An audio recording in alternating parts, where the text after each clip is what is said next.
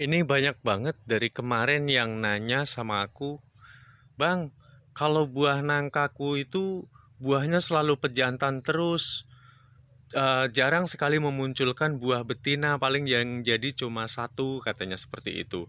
Itu kenapa sih, alasannya kenapa sih kok selalu pejantan yang muncul katanya. Oke, di sini aku mau menjawab dari pertanyaan seputaran buah pejantan dan betina. Dan ada juga yang nanya kemarin, Bang, kenapa buah nangkaku buahnya hanya sedikit? Terus itu jenis nangka apa dan kemudian pakai pupuk apa? Oke, nanti akan aku jawab satu demi satu ya. Terlebih aku ingin membahas berkenaan dengan buah pejantan dan buah betina. Acap sekali kita jumpai pohon nangka yang banyak membuahkan buah pejantan seperti ini, yang memiliki tekstur, dia memiliki serbuk sari yang berwarna kuning di areal tepi-tepinya. Terus kemudian dari tekstur pun dia lebih lembut, tidak kasar seperti ini. Ini adalah buah betina yang memiliki karakter gagang lebih besar. Terus kemudian dengan buah yang lebih kasar. Berbanding terbalik, dia untuk pejantan memiliki gagang yang lebih kecil dan tekstur yang lebih halus. Kegunaan dari buah pejantan sendiri adalah dia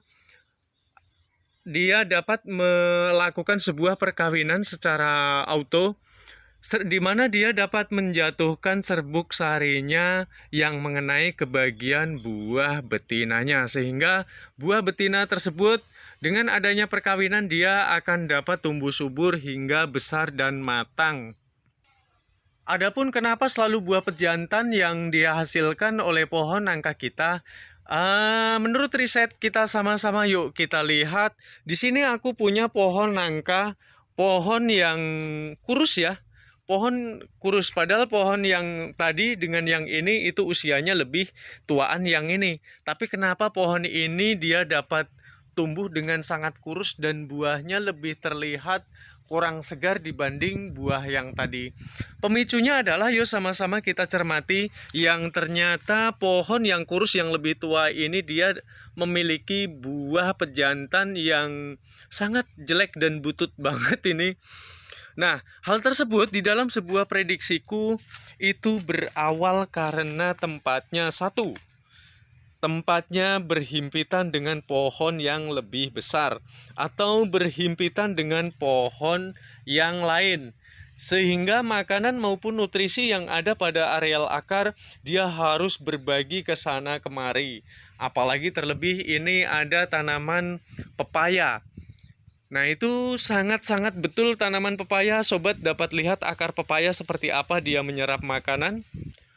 Dan dari karakter akar kelapa sendiri yang memiliki akar serabut segitu banyaknya, sobat dapat menetralisir sendiri. Itu yang pertama menurut prediksiku. Itu dari tempat yang berhimpit-himpitan. Atau seandainya tidak berhimpit-himpitan, itu berkaitan dengan nutrisi yang ada pada sekitar areal akar. Itu fix, bahkan buahnya itu jelek banget ini. Sobat dapat lihat kan, nggak ada buah yang bagus, bahkan kecil segini aja udah busuk dia tuh.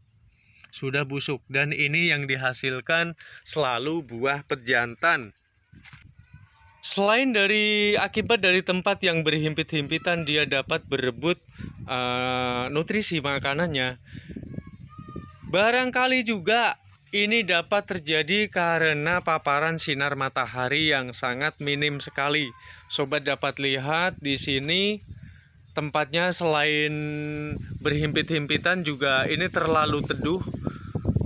Dari sinar matahari pagi itu letaknya dari sana, jadi tidak terkena paparan sinar matahari pagi. Dan ini sore dia sudah terkena atap rumahku ya, sehingga tanaman ini tuh tidak subur. Jadi artinya yaitu adalah pencahayaan matahari. Paparan sinar matahari sangat diperlukan mengenai dari pucuk daun bahkan hingga sampai ke buah. Paparan sinar matahari sendiri merupakan sebuah ini fotosintesis ya, Dengan adanya bantuan sinar matahari, maka klorofil daun dapat berfotosintesis. Apalagi jikalau mengenai pada bagian buahnya, maka buah tersebut akan terlihat kuning-kuning dan lebih segar seperti ini. Dan justru lebih terhindar dari serangan penyakit. Yang aku rasa sudah cukup di dalam sebuah edukasi kenapa selalu buah pejantan yang dihasilkan oleh tanaman kita. Poin-poinnya sobat sudah tadi menurut prediksiku sudah aku uraikan. Dan aku ingin menjawab, ini jenis pohon nangka apa bang? Kemarin tuh aku upload satu tangkai ini bisa menghasilkan 21. Dan sekarang ini mungkin satu tangkai ini masih ada sekitar 17 atau 18 dalam satu tangkai. Ini adalah nangka yang berjenis persilangan nangka dengan cempedak yang dapat menghasilkan buah yang ngejubel seperti ini. Buah nangka yang lebat itu dapat dimiliki dua jenis yang mempunyai karakter yang hampir sama, mempunyai buah yang banyak. Selain dari persilangan dari nangka dengan cempedak, buah nangka yang dapat menghasilkan banyak adalah yang berjenis buah nangka sayur. Dengan memiliki karakter, dia memiliki buah yang banyak akan tetapi lebih identik dengan memenuhi di seluruh bagian batangnya gitu. Kalau ini kan dia seperti berkelompok ya. Tapi kalau tanaman itu yang sayur, dia lebih merata ke dalam seluruh bagian batang maupun cabang gitu. Dan menjawab pertanyaan yang aku amati yang berada pada kolom komentar, pakai pupuk apa bang? Kok bisa buahnya banyak banget katanya. Jujur, di dalam merawat tanaman nangka ini aku tidak menggunakan pupuk berbahan kimia. Hal pertama yang aku lakukan adalah menjaga kelembapan, itu pondasi utama.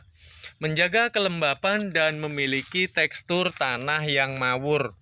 Nih, tanahnya itu mawur dia. Ini tuh.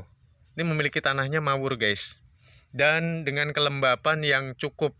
Jangan sampai terjadi satu kekeringan pada areal akar, sebab tanaman kita itu dia yang dibutuhkan adalah air ya, beserta disertai dengan di sekitar areal tanah itu karbon dioksida yang diserap bersama air, yang hingga dapat menimbulkan nutrisi untuk mencukupi seluruh kebutuhannya gitu. Di samping menjaga sebuah kelembapan, hal yang aku lakukan di mana aku selalu melakukan pembersihan kalau ada itu hama-hama gitu, selalu aku bersihkan dalam setiap harinya. Dan kalaupun aku menggunakan pestisida, aku menggunakan dari berbahan tembakau dan daun sirsak yang aku semprotkan pada areal-areal pucuk seperti ini. Suka ada kutu-kutu nih. Nah, kutu-kutu seperti ini aku bersihkan sepanjang hari sehingga dapat meminimalisir dengan datangnya hama yang lain gitu. Mungkin dengan cara sistem penyemprotan air yang deras melalui selang itu dapat juga mengurangi hama ya pada tanaman. Satu contoh, ini pohon yang sehat, dia memiliki daun yang mengkilat ya, mengkilat seperti ini dia. Dan sekalipun ini agak-agak keriting seperti ini tuh sehat banget, daunnya terlihat mengkilat sekali. Dan ada penyebab kenapa daun suka keriting. Jujur, buah nangka ini aku tutup menggunakan kain itu, guys. Itu tujuannya apa? Karena nanti kalau dipanen itu biar orang metiknya itu di bagian atas-atas seperti ini. Jadi yang di bawah itu memang aku sediakan untuk dipakai menjadi konten yang dapat aku pakai untuk edukasi di dalam merawat tanaman nangkaku ini. Oke, terima kasih buat sobat-sobat semua. Jikalau ada kurang-kurangnya aku mohon maaf yang sebesar-besarnya. Semoga kontenku selalu memberikan inspirasi yang positif. Bye-bye.